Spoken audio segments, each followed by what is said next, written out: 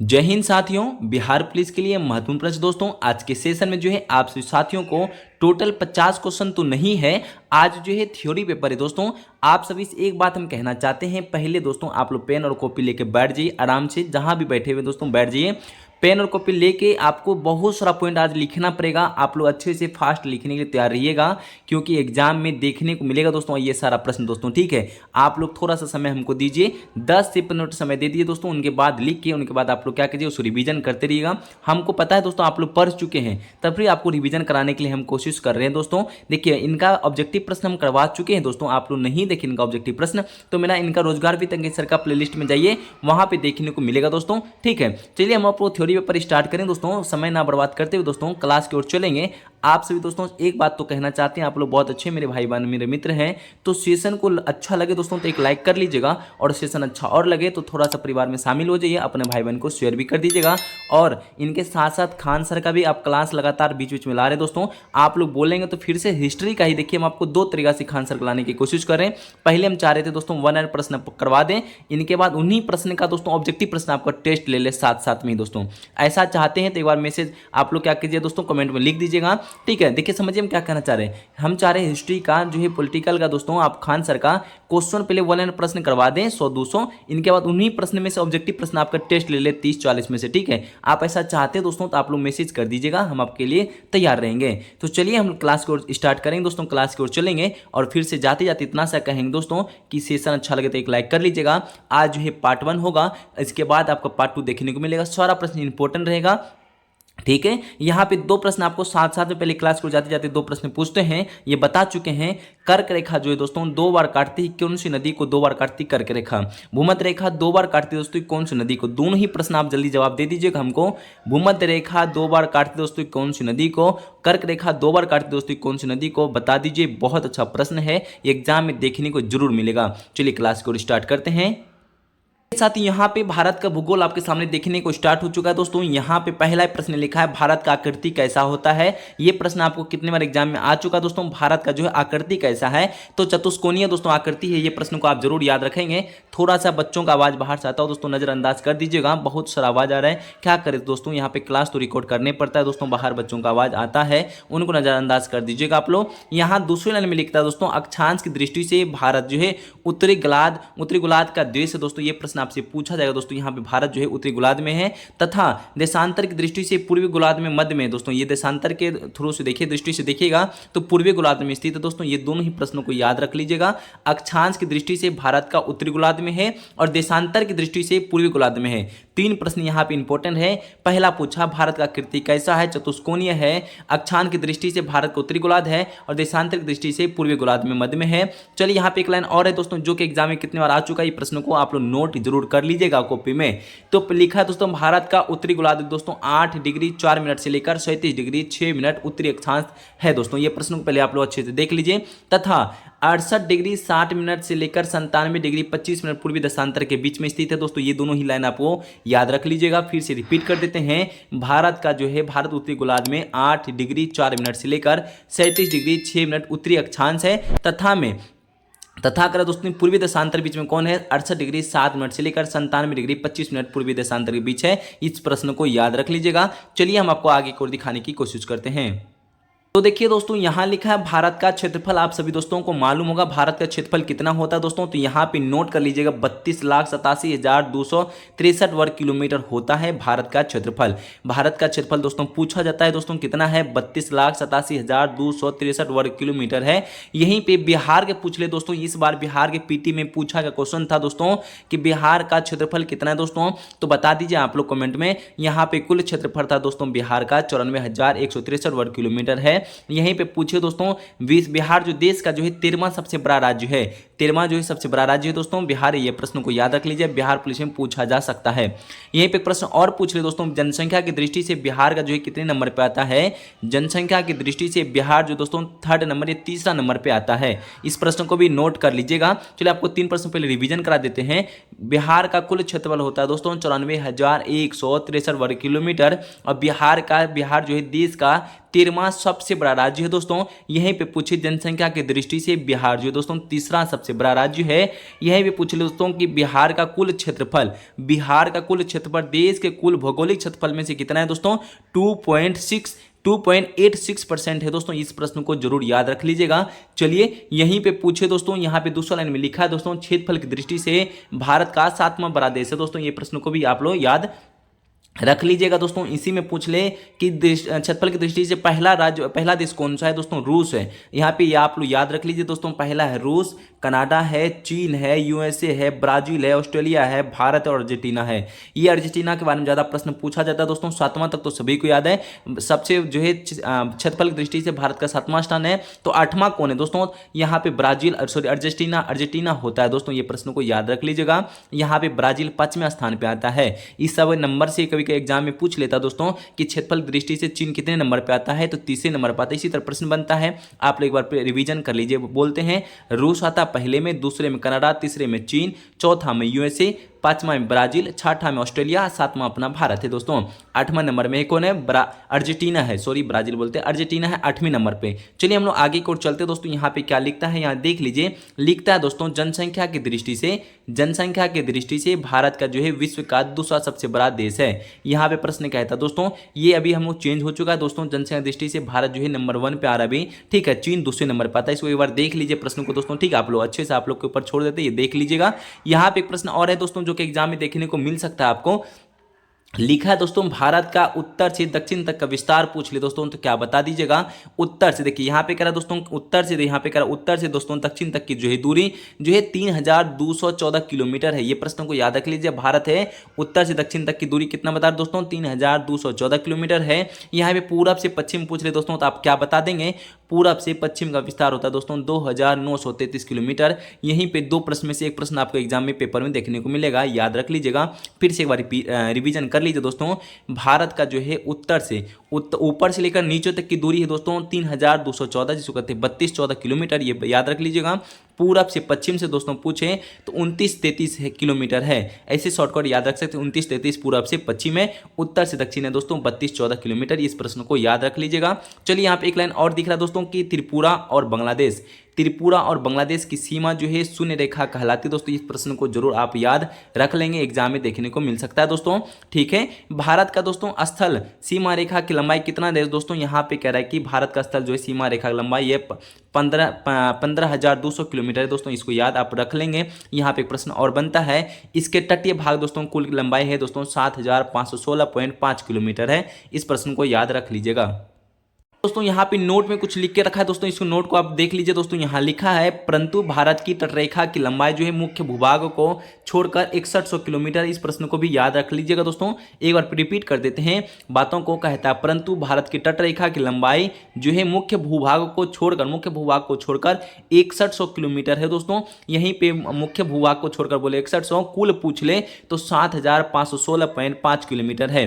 तो यहाँ पे एक लाइन और लिखता है दोस्तों, देख लीजिए। यहाँ लिखता है कि सबसे लंबी तटरेखा वाला राज्य जो है गुजरात है दोस्तों। इस प्रश्न को भी याद रखिएगा। दूसरे स्थान पे कौन आता है दोस्तों, आंध्र प्रदेश आता है। आंध्र प्रदेश दूसरे स्थान पे आता है। सबसे लंबी तटरेखा वाला राज्य पूछे तो गुजरात है। इसी में सेकंड स्थान पे आ जाता है आंध्र प्रदेश। इस प्रश्न को भी याद रख लीजिएगा। यहाँ पे एक प्रश्न और आपके सामने दिख रहा हो दोस्तों, सबसे छोटी तटरेखा वाला राज्य कौन है, गोवा, ठीक है। ये प्रश्न को याद रख लीजिए दोस्तों। सबसे छोटी तटरेखा वाला राज्य गोवा है। प्रश्न को याद रख लेंगे दोस्तों आप सभी, ठीक है। तो नीचे देखिए एक लाइन और लिख रहा है दोस्तों, भारत का सबसे दक्षिणतम बिंदु कौन है, यहाँ पे इंदिरा पॉइंट हो जाता है दोस्तों। इस प्रश्न को याद रख लीजिएगा। भारत का सबसे दक्षिणतम बिंदु इंदिरा पॉइंट है, यहाँ अंडमान निकोबार द्वीप समूह में स्थित है दोस्तों। यहाँ प्रश्न को याद आप रख लीजिएगा। इसका पहला नाम कौन है दोस्तों, यहाँ पे इसका पहला नाम जो है, यहाँ पे एक बार नीचे देख लीजिए, यहाँ पे लिखता है दोस्तों पेंगुइन पॉइंट है दोस्तों। इस प्रश्न को भी आप लोग याद रख लीजिएगा दोस्तों। चलिए यहाँ पे एक लाइन लिख रहा है दोस्तों, भारत का जो है सबसे उत्तरी बिंदु कौन है दोस्तों। ये प्रश्न पूछा जाता है और पूछा भी गया कितने बार, इंदिरा कोल होता है दोस्तों, जो कि लद्दाख में स्थित है। देखिए प्रश्न कहता है दोस्तों कि भारत का सबसे उत्तरी बिंदु, उत्तर में जो है बिंदु दोस्तों इंदिरा कोल है, ठीक है। इंदिरा पॉइंट नीचे है दक्षिण में दोस्तों, ठीक है। उत्तर और दक्षिण याद रख लीजिएगा दोस्तों, ठीक है। भारत का सबसे उत्तरी बिंदु इंदिराकोल है जो कि लद्दाख में स्थित है। ये प्रश्न को जरूर याद रखिए, पूछता कहां पे स्थित है दोस्तों, तो लद्दाख में स्थित है, ठीक है। तो यहाँ पे एक लाइन और दिख रहा है दोस्तों, लिखता है भारत का सबसे पश्चिम बिंदु कौन है, सर क्रीक है दोस्तों। पश्चिम में कौन है दोस्तों, सर क्रीक है। यहीं पे पूरा में पूछे किबुथु जो कि अरुणाचल प्रदेश में। इस लाइन को आप कॉपी में नोट कर लीजिए दोस्तों, एग्जाम में देखने को मिलेगा। कहता है भारत का सबसे पश्चिम बिंदु दोस्तों सर क्रीक है जो कि गुजरात में स्थित है दोस्तों। ये पूरा में चले जाइए दोस्तों, अरुणाचल प्रदेश से पूरा में उनका यहाँ पे बिंदु होता है किबुथु, ठीक है। यह प्रश्न को जरूर याद रख लीजिए, कॉपी में नोट कर लीजिए। यहाँ पे एक प्रश्न है दोस्तों, यहाँ पे कंफ्यूजन वाला प्रश्न है दोस्तों, कितने को गलत कर देते हैं। यहाँ लिखा भारत के 9 जो है राज्य तट रेखा लगे हुए दोस्तों। ये प्रश्न एक बार किए थे, आपको कम्युनिटी पोस्ट में लगाए थे, यहाँ पे सभी मेरे मित्र जो है मेरे भाई ने 7 दे रहा था दोस्तों। यहाँ पे हम आपको ऑप्शन 9 दिए थे दोस्तों, कितने ने बोला सर आपका गलत है ऑप्शन, यहाँ पे 7 होगा। तो यहाँ पे देख लीजिए बुक में भी 9 ही है दोस्तों यहाँ पे, ठीक है। दो समुद्री भी है था, इसलिए आप लोग समुद्री को नहीं जोड़ रहे थे।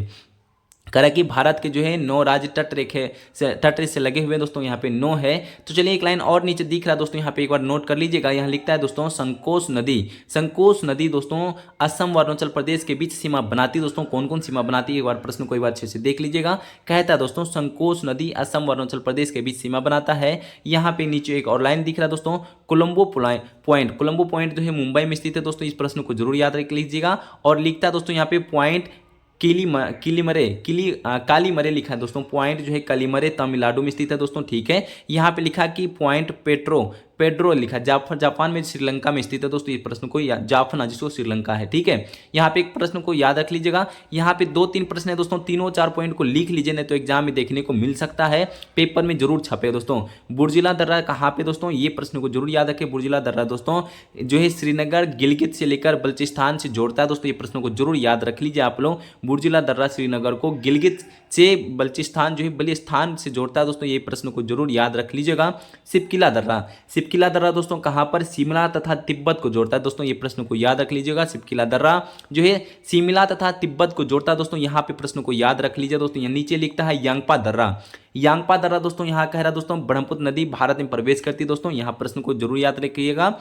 यांगपा दर्रा भारत और ब्रह्मपुत्र नदी पर जो है नदी भारत में प्रवेश करती है दोस्तों। ये प्रश्न को याद रख लीजिएगा, ठीक है। जोजिला दर्रा दोस्तों, यहाँ पे एक प्रश्न और है दोस्तों। जोजिला दर्रा कहता है दोस्तों कि निर्माण सिंधु नदी से हुआ है दोस्तों। यह कह रहा है कि जोजिला दर्रा का निर्माण जो है सिंधु नदी से हुआ है दोस्तों।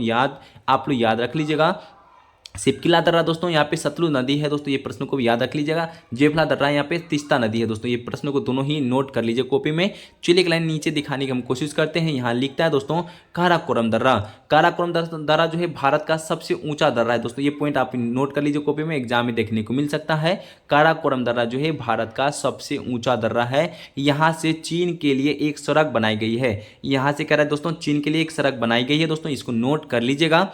पूछ रहे दोस्तों भारत का सबसे बड़ा जो है सबसे ऊंचा दर्रा कौन है, काराकोरम दर्रा है दोस्तों। ये प्रश्न को याद रख लीजिएगा मेरे दोस्तों। यहाँ पे नीचे जो लिखता है दोस्तों NH-A1 ले को जोजिला दर्रा से होते हुए कश्मीर घाटी को जोड़ता है दोस्तों। ये प्रश्न को भी याद रख लीजिएगा दोस्तों, ठीक है। यहाँ पे छोटा सा लाइन है दोस्तों, पर एग्जाम में देखने को मिल सकता है, पेपर में डायरेक्ट ये छपने वाला प्रश्न है दोस्तों। जवाहर सुरंग दोस्तों किस दर्रा पर स्थित है, बनिहाल दर्रा पर स्थित है दोस्तों। ये प्रश्न को आप याद रख लीजिएगा।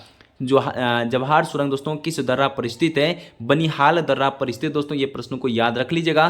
कर्क रेखा तो आप सभी दोस्तों को मालूम दोस्तों, कर्क रेखा जो है भारत के 8 राज्यों से होकर गुजरती है। ये प्रश्न को याद रख लीजिएगा। राजस्थान है, गुजरात है, मध्य प्रदेश है, छत्तीसगढ़ है, झारखंड और पश्चिम बंगाल है दोस्तों। नीचे 2 लाइन को आप यहाँ पे दिखाने की कोशिश करते हैं, त्रिपुरा और मिजोरम, इनका राइट आंसर हो जाएगा दोस्तों। यहाँ पे नोट कर लीजिएगा। यहाँ पे एक प्रश्न और है दोस्तों कि भारत का जो है उपमहाद्वीप में जो है भारत, पाकिस्तान, बांग्लादेश, नेपाल तथा भूटान भी शामिल है। यहाँ पे एक लाइन को अच्छे से एक बार फिर से रिपीट कर देते हैं। भारतीय उपमहाद्वीप में जो है कौन कौन शामिल है, भारत, पाकिस्तान, बांग्लादेश, नेपाल, भूटान शामिल है दोस्तों। इस नोट को कॉपी में नोट कर लीजिएगा।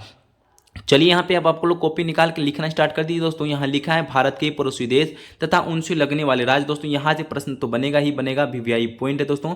इसको कॉपी में वीडियो को रोक के पहले अच्छे से लिख लीजिए। यहाँ से एक प्रश्न 2-3 प्रश्न बनेगा कंफर्म, ठीक है। चीन में दोस्तों यहाँ पे कह रहा है कि भारत का जो पड़ोसी देश चीन है, इनमें कौन कौन सा भारत का राज्य सट रहा है दोस्तों, सीमा बनाता है। यहाँ कहता है दोस्तों लद्दाख पहला आता है दोस्तों, इसके बाद हिमाचल प्रदेश, उत्तराखंड, सिक्किम, अरुणाचल प्रदेश है। चीन कह रहा है दोस्तों चीन में कौन कौन सा आपको यहाँ पे सटता है दोस्तों राज्य, लद्दाख हो जाता है, हिमाचल प्रदेश, उत्तराखंड, सिक्किम, अरुणाचल प्रदेश हो जाता है दोस्तों। पाकिस्तान में कौन कौन से यहाँ पे सटता है दोस्तों भारत का राज्य? जम्मू एंड कश्मीर हो जाता है दोस्तों, पंजाब, राजस्थान, गुजरात और लद्दाख हो जाता है दोस्तों, यहाँ पे याद रख लीजिएगा। अफगानिस्तान में दोस्तों यहाँ पे देख लीजिएगा, अफगानिस्तान जो करा है दोस्तों जम्मू कश्मीर, गुलाब कश्मीर दोस्तों यहाँ पे जम्मू कश्मीर सिर्फ इसमें सटता है।